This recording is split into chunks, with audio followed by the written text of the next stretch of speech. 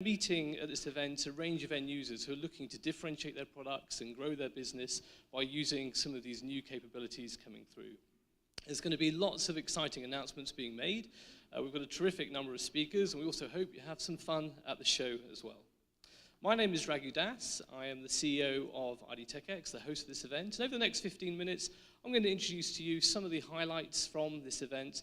And I'll also give you a quick update as to what's going on in the different topics that we're covering here at the show, really to whet your appetite as to what you can expect moving forward.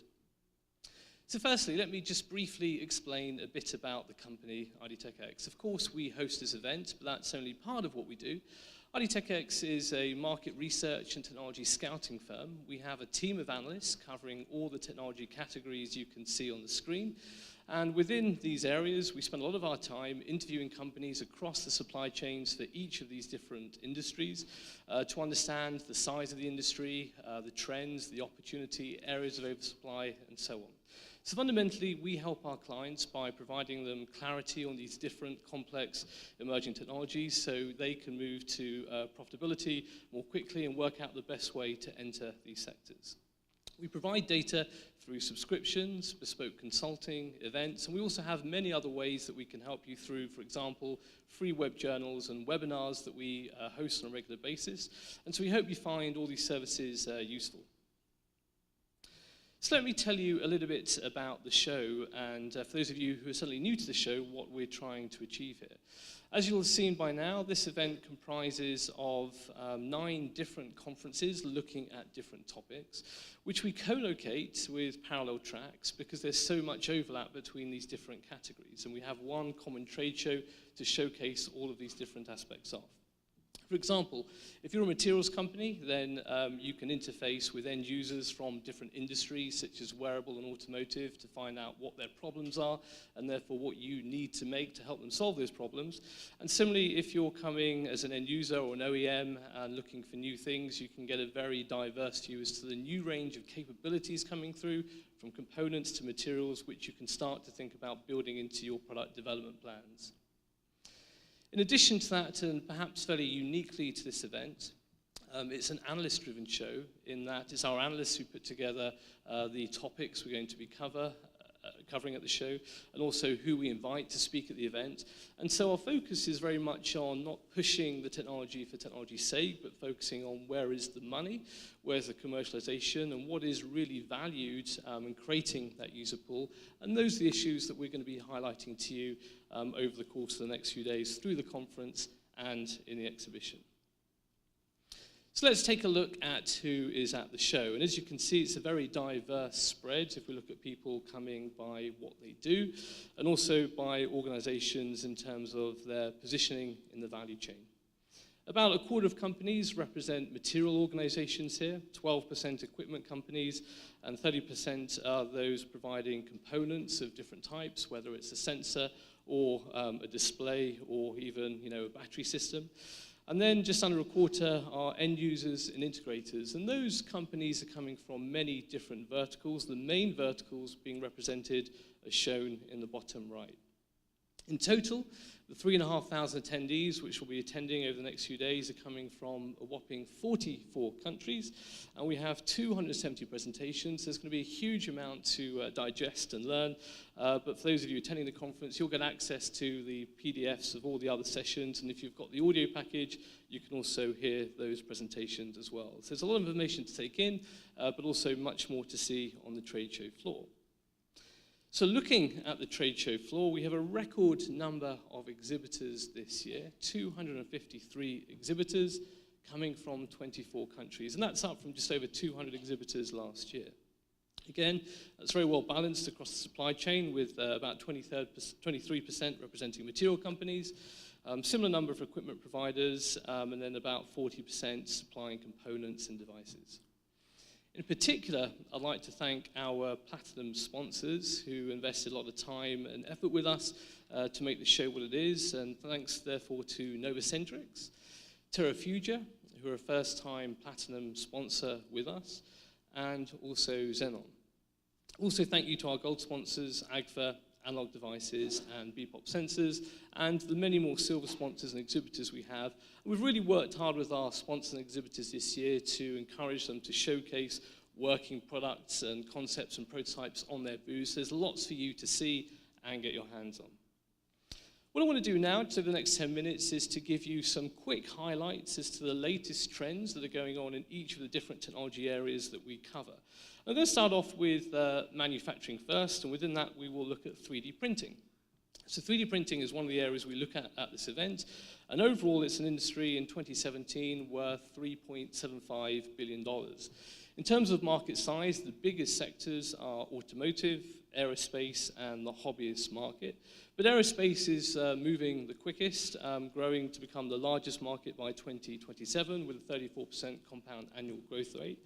But also moving actually more quickly, but from a much smaller start, is bioprinting, which is as yet a very small sector by market value in 2017. But by 2027, this will become a $1.8 billion sector.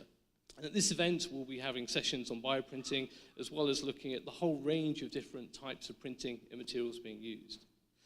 We'll also be looking at industrial printing, because even though desktop printers, so printers under $5,000 in value, are 95% of the installed base, they're only 23% of the revenue. So most of the margin and the money is being made in industrial printing. So we'll be looking at the range of new capabilities coming through there, including looking at the growth of 3D metal printing, where we've had some large acquisitions last year, but now many new players entering the market, also with lower cost machines. Moving on to another type of manufacturing, if we look at printed electronics, we take a broader view here, looking at printed, flexible, and organic electronics. And this is a market size in 2017 of just over $29 billion. It's comprised of many different components, some of which are printed, some not, some flexible, some not. But the highlight is OLED displays, taking up 73% of that overall market, followed by sensors and then conductive ink. We found over the last 2 years that the strong user pull and the interest from end users who are looking to use these technologies isn't so much as to whether or not it's printed, it's more the new form factors that are enabled by these technologies. So having plastic-based displays, which ultimately can be thinner, more robust because you remove the glass from the display, to later on moving to flexible devices. And so we're seeing significant investment and user interest in that side, because here you're not competing necessarily on cost by replacing an existing component, but you're adding new capability, new form factor, allowing companies to differentiate their products and therefore even premium price their products. So that means that we'll expect to see a market for flexible and plastic displays at $24 billion in 2022. Similarly, flexible sensors, which in the main are not replacing, again, conventional sensors, but creating new markets, will result in a market of about $7 billion in the same time frame. Another aspect which we'll cover at this event is hybrid electronics. Not all aspects of printed and flexible electronics are the same point of commercialization and maturity. And so we're seeing many systems which combine a range of flexible and large area electronics with conventional components, as you can see in the picture here. And there's plenty of opportunities here to fix big problems, such as how to connect different size components at high speed with reliable connections, and also connecting thin, flexible components onto thin, flexible substrates at high speed as well. So this world of hybrid electronics will be explored with a number of companies presenting their latest work on how they're tackling that. But one of the exciting things as well about this industry is now the huge amount of money that's also being invested into it. Just over the last 18 months, we've seen $12 billion being invested in this sector. The lion's share of that is going into the display industry to create flexible displays. We're also seeing large amounts being invested in flexible logic and also in flexible PV as well, all of which will be covered at this show. So here we've discussed some of the innovation around sensors, which is moving to new form factors. There's also much more happening with sensors, which we'll be covering. There's the ongoing trend of miniaturization, making these lower power consumption so we can put more into things like cell phones and other consumer electronics. But at the same time, we're also seeing opportunities beyond the core markets of automotive and consumer applications, such as into robotics, where robots are increasingly collaborative. They work alongside humans, which means they need to have sensors on them so they don't kill the human working next to them. We'll also be looking at some of the technology developments. In particular, we've seen a lot of work around environmental gas sensors. This is because governments around the world are trying to tackle pollution, but ultimately the end game will be to put these into cell phones. This will be a market of $3 billion just for the value of the gas sensor 10 years from now. And another aspect we'll be looking at this event is medical technology, looking at the point-of-care sensor market. So here the holy grail for many of the pharmaceutical and healthcare companies is to try and move away from doing tests in a centralized facility where you have to send off the sample and wait for the results to come back sometime later, to providing this diagnostics in a disposable way at home or by your bedside. It's tough to get there because there's barriers to entry, of course, to being a healthcare product, but if you can get through that, there's certainly gold bars at the end of it, and we see that market growing by $10 billion over the next few years to $24 billion in 2022. Now, one of the larger opportunities for sensors is within IoT, and there's tremendous amounts going on within this sector at the moment. And in this slide, I've tried to summarize just a few aspects, but you'll be hearing much more at the event. Firstly, on the technology point of view, we're seeing pre-5G trials across many cities in the US, but also wide deployment now of low-power wireless area networks across countries around the world. 60 countries now have an IoT nationwide network, and that's going to start to fuel the adoption of low-power wireless area nodes, resulting in about 10 billion of these being deployed over the next 10 years. There's also new and continually government mandates coming in. For example, in Europe, from April next year, all new car models need to be internet connected with an e-call system.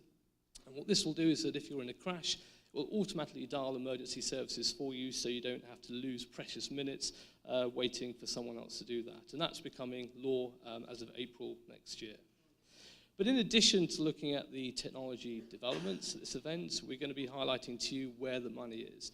And here are some of the highlights that we've been tracking, which we'll also be covering at the show. One is certainly smart cities, where here governments are legislating the use of different things, such as street lighting, smart meters being another one. And overall, we've tracked about 5,000 smart city projects across 700 cities. So it's large sums of money which is being mandated by governments to improve cities, make them safer, more efficient, and so on. Within industry, many companies are getting a strong payback deploying IoT, but these are, as of right now, more in closed-loop scenarios where they're not particularly selling much hardware in terms of nodes, but the value is more in the analytics that's provided and the overall actions of those analytics. So it's much more system-led in terms of profitability. But people are getting very strong paybacks and rolling systems out that work well in a cookie-cutter style approach. Then, of course, there's the smart home, and we have consumer electronics giants all around us here in Silicon Valley who are vying to own the gadgets going into your home. The model here is to really subsidize the hardware to sell content or sell a service.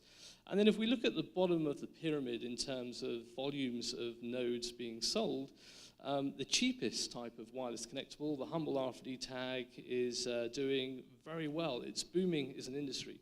This year, 18.2 billion RFID tags will be sold, going into all manner of applications, and we have the RAIN RFID Alliance at this event to tell you more about some of those successes. Another opportunity for IoT is also in wearables, and this is an area that we also cover at the event. So here we look at the entire range of wearables, but we're going to focus mainly on the higher growth areas, or the areas which are larger and have sustained long-term value proposition. So in total in 2017, the entire wearable market is $36 billion. The sectors which are growing very strongly are AR and VR, and you can see the figures there. What's really outstanding is the level of investment that's been made in these areas, $1.8 billion just in VC funding last year, in addition to other corporate funding. But there's still many technology problems, such as power, display, sensors. And so those are some of the issues we'll be covering, and speakers who are developing these headsets will be talking about how they're overcoming some of those issues. On the other side, we have the very small market as yet, which is smart clothing and footwear, but growing quite quickly. In fact, growing at the quickest rate of all of these different sectors, 53% compound annual growth rate through to 2022. So it's a small market today, but strong push from apparel companies and textile companies who are looking to move away from supplying commodity material to adding value to that, and also technology companies coming together with textile companies for the first time. So we'll be covering everything from development of inks that are stretchable through to how to connect these to power supplies, transceivers, and also then the overall systems as well. So moving away from consumer electronics, let's now move to automotive. And I've got to say, as analysts, it's fascinating to watch the whole vehicle sector at the moment. It's goodbye to many things that we're used to. A number of countries, all of which so far in Europe, have put down stakes in the ground as to when they're banning diesel and petrol vehicles, and some as early as 8 years from now. And in addition to that, over the last 6 months or so, we've also seen a number of companies announce when they'll be making only pure electric vehicles or offering pure and electric, so pure and hybrid vehicles, pure electric and hybrid vehicles alongside their existing range of vehicles. And almost every other month, more companies are added to this list. So it's not a matter of if, but it's when, and the when is on the chart on the left here. And more organizations and countries are adding to this on a regular basis. So it's a challenge for those in the automotive industry because there's a huge amount of disruption coming from many sides. And if you're, whether you're an OEM provider, a tier one provider to the auto industry, or supply materials which go into things like lubricants, a lot of your markets will be changing and already are changing at a very fast rate. We have disruptive players coming in electric vehicles. Of course, there's the obvious ones like Tesla, but also companies now like Dyson, who don't have the issue of legacy of non-electric vehicles, and so they can be very streamlined and focused, and they're moving very quickly. In addition to that, we also have autonomous vehicles coming in, which will change the business model and also result, we think, in a peak car scenario by about 2030, and other analysts actually put it at a bit earlier than that. In addition to that, you have the very aggressive and positive push from China, which is looking to have great ownership, really, of the EV market through the extensive policies that they are putting in place. So there's much going on in this sector, and what we try and highlight here as we look at the automotive sector is what can companies in the automotive industry, or companies outside of it looking to get in, do to counteract these. Where are the areas that are making money? And we take a broader view than just looking at cars. There's also lots of value in other types of land vehicles, but also sea vehicles and air vehicles, which we'll be looking at. And you'll be hearing more from a Cornerstone later on about that. Very closely related to electric vehicles is energy storage. And we're looking at a range of different technologies at this event, from thin film flexible types, which are suitable to wearable, all the way through to the latest developments for large batteries, most of which will be going into electric vehicles over the coming years.